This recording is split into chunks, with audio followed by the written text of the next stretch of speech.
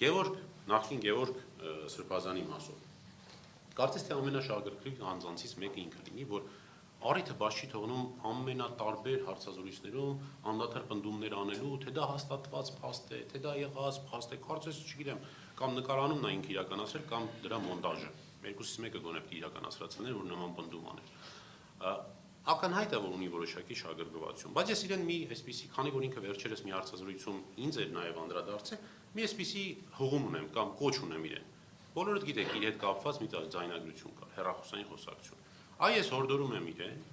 քանի որ ինքը պնդում է, թե այդ ձայնագրությունը հեռախոսային կեղծ է, ես հորդորում եմ իրեն ինքն էլ միջազգային փորձաքննություն նշանակի եւ այդ միջազգային փորձաքննությունով իր ասածը փորձի հաստատել։ Տեսնենք, ընդ որում պարտադիր չի միջազգային փորձաքննություն, այդ փորձաքննությունը նաև Հայաստանի Հանրապետությունում էլ կարող է իրականացնել եւ ես վստահեցնում եմ որպես փաստաբան, որ ամենատարբեր գործերով նման փորձաքննությունների մասնակից եմ եղել, բավարար են տվյալները, որպեսզի փորձագետը հաստատի կամ հերքի այդ ձայնը, որ հնչում է իրեն վերաբերյալ իր ձայնն է, թե ոչ։ Հետևաբար կալանքում գտնվող անձի հետևից բամբասելու փոխարեն եւ այդ առիթը օգտագործելով, որ անձը գտնվում է կալանքում, ճիշտ կլինի ինքն էլ մի ուժ գտնի իր մեջ եւ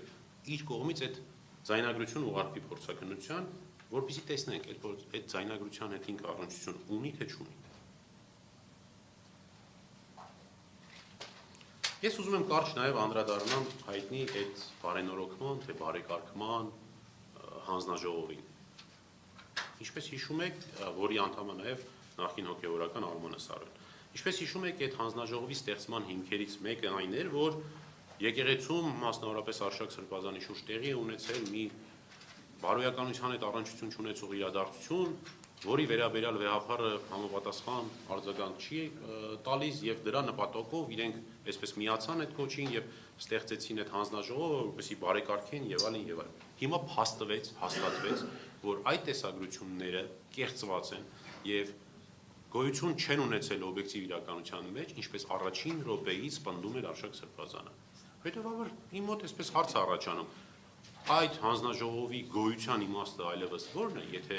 այն ինչի շուրջ հավաքվել էին, դա հաստատվեց միջազգային փորձագետներով, հաստատվեց, որ դրանք իրականության հետ առնչություն չունեն։ Այս առումով երևի թե իրենք մտածեն պիտի մի քիչ, արդյոք այդ արհեստական հանձնաժողովների իմաստը կա թե չկա։ Դե Սարոյանը ինչ ուզի կասի, Սարոյանը ազատ քաղաքացի է, հոգևորական էլ չի, որ այլևս ասեմ ամոթ, որ լինելով հոգևորական ստում է, ազատ քաղաքացի է, որոշակի կողմնորոշումներ ունեցող քաղաքական, ինչ ուզի կասի, ունեն թող ցույց տան։ Բա ուր է, բայց այսքան ժամանակ ինչի չկա։ Նույնիսկ Հայաստանում չեն իրականացրել փորձաքննություն այս հարցերով։ Բա ուր է այդ փորձաքննությունը։ Ոչ մեկ չգիտի։ Հա, ես ուղղակի մի հատ իմ մոտ նշումներ ունեմ, տեսնեմ հաջորդիվ ինչ եմ ուզում ասեմ։ Հա, այս մասով ժողովուրդ, որ խոսեցինք այդ բարեկարգման, թե բարենորոգման հանձնաժողովի, նաև այդ նախկին հոգևորականի մասով, ինչպես հիշում եք, անդադար պնդումներ կա, որ մենք այդ եզրակացությունը տարանք ցույց տվեցինք վեհափառին, եւ նա ոչինչ չարեց, եւ նա ծանոթ է այդ տեսագրություններին։ Ես եթե անկեղծ չգիտեմ, հիմա կարող եմ այդ մասին ասել թե չէ, բայց կարճ շատ չմանրամասնելով կասեմ, որ վեհափառը ծանոթ չի այդ փորձաքննությանը, որը որ քննչականն էր իրականացրել, հետեւյալ պատճառաբանությունով, իր կողմից տված պատճառաբանությունով։ Իդեպ դա ինձ է ասել, ես կարծում եմ կարող եմ դրա մասին բարձրաձայնել, որովհետև ի սկզբանե ներկայացնողին, այդ նույն նախկին Գևորգ Սրբազանին, Արման Սարոյանին, ասվել է, որ այդ եզրակացությունը քո ձեռքում չէր կարող լինել։ Եթե այդ փորձաքննության եզրակացությունը քո ձեռքում է անօրինական ճանապարհով, հետեւաբար ես հրաժարվում եմ մասնակից լինել դրան եւ ծանոթանալ այդ փորձաքննությանը։ Այսինքն անօրինական եղանակով բերված փորձաքննությանը չի ծանոթացել։ Եվ հաջորդ հայտարարությունը, որ ուզում եմ անեմ, իմ նշած փորձաքննությունները իմ կողմից առանձին գրությամբ ուղարկվելու է նաեւ Մայրաթոր Սուրբ Էջմիածին, մասնավորապես հոգևոր խորհրդին, ինչու, որպեսզի նրանք ունենան իրականությունը, ունենան իրական փորձաքննությունները, հաշվի առնելով այն հանգամանքը, որ քննչական կոմիտեն փաստորեն մի քանի հոգևորականների եպիսկոպոսների միջոցով այդ իրենց կողմից կատարված եզրակացությունը փորձել էր Մայրաթոր ուղարկել։ Ուղղակի ուզում եմ իմանալ, որ նաև դա ուղարկելու եմ ես վեհափառին եւ Մայրաթորին ընդհանրապես բոլորի ծանոթացման համար։ Այ հիմա հարցեր։ Իսկ քննչական կոմիտե չեք ուղարկել, որտեղ կոմիտեն ասել էր, որ ոնց որ բավարար սխալ եմ ասում, բայց այս փորձակնությունները ձեր պատշաճ չեն, որ գցեն։ Ես առաջի հարցին երևի դուք ուշ եկաք, դրա մասին խոսեցի։ Ես պատշաճության քրեական դատավարության շրջանակներում պատշաճության խնդիր չունեմ լուծելու։ Ես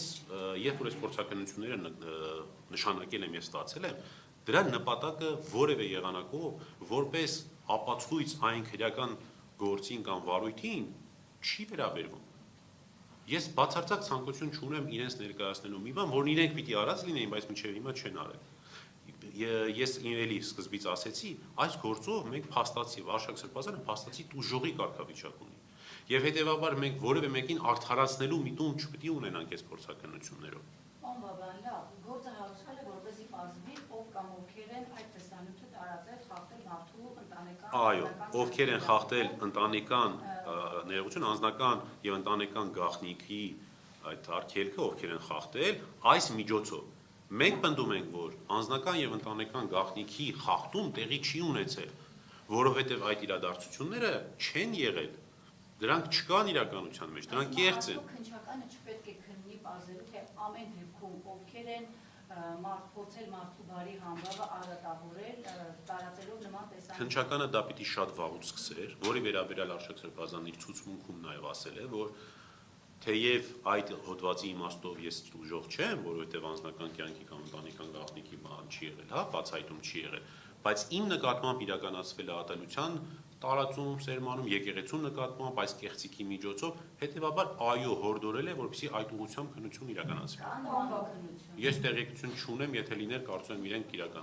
կհայտարարեին։ Անբավարան հստակեցման նպատակով քննչական կոմիտեի փորձագետն է եղել, փորձագիտական եզրակացություն տվողը, թե արտապատվիրակվել է ծառայություն։ Պարզ չի, պարզ ասեմ, պարզ չի, չգիտենք ում մասն է։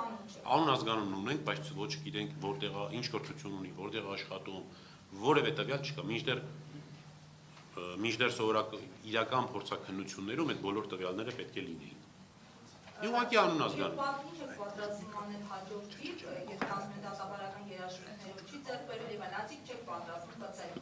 գործին, բայց հաջորդի ձեր քայլերը որոնք են դեռ, եթե ստանանք եւս 10 փորձակնության եզրակացություն, ինչ եք անում։ Այս առումով, տեսագրության առումով, մենք այլևս անելիք չունենք։ Այս պահից նույնիսկ համարում եմ փակված այս թեման, մասնավորապես տեսագրության մասով։ Մենք հաստատեցինք, որ տեսագրությունը իրականության հետ կապ չունի։ Մենք հաստատեցինք Արշակ Սրբազանի պնդումը, որ այդ տեսագրությունում ինքը գոյություն չունի։ Մնացածը արդեն ասել ենք սկզբից ցուցմունքով, հիմա էլ ասեցի հայտարարությամբ, դա արդեն քննչական կոմիտեի անելիքն է, որպեսզի բացահայտի կեղծարարին, բացահայտի դրա նպատակները եւ վերջնական գնահատական տա։ Այս իմաստով չգիտեմ, վստահ չեմ որ կբացահայտի։ Կբացահայտի, կասեն կեցեք, բայց չգիտեմ։ Իրենց շահագրգռվածությանը հետևելով կարող են վստահ պնդել, որ չէ, որովհետև փոխարենը այդ ուղղությամբ իրականացնի քննություն, ինքը ամեն անգամ հայտարարում է, որ արդեն հաստատվել է եւ վերջ։ Պարզ է, չէ, որ եթե իրենք պնդում են, որ արդեն հաստատվել է, որ այդ անձը Արշակ Սրբազանն է, ուրեմն այն ուղղությամբ բացարձակ գործողություն չեն անում։ Որ անդադ ասի, որ կա մի եզրակացություն,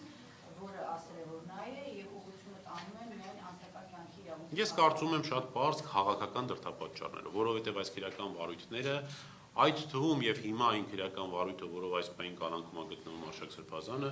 արդարադատության եւ քրեական իրավունքի հետ որևէ աղերս առնչություն չունեն։ Սա նպատակը Արշակ Սրբազանին վնասելն է, վարկաբեկելն է,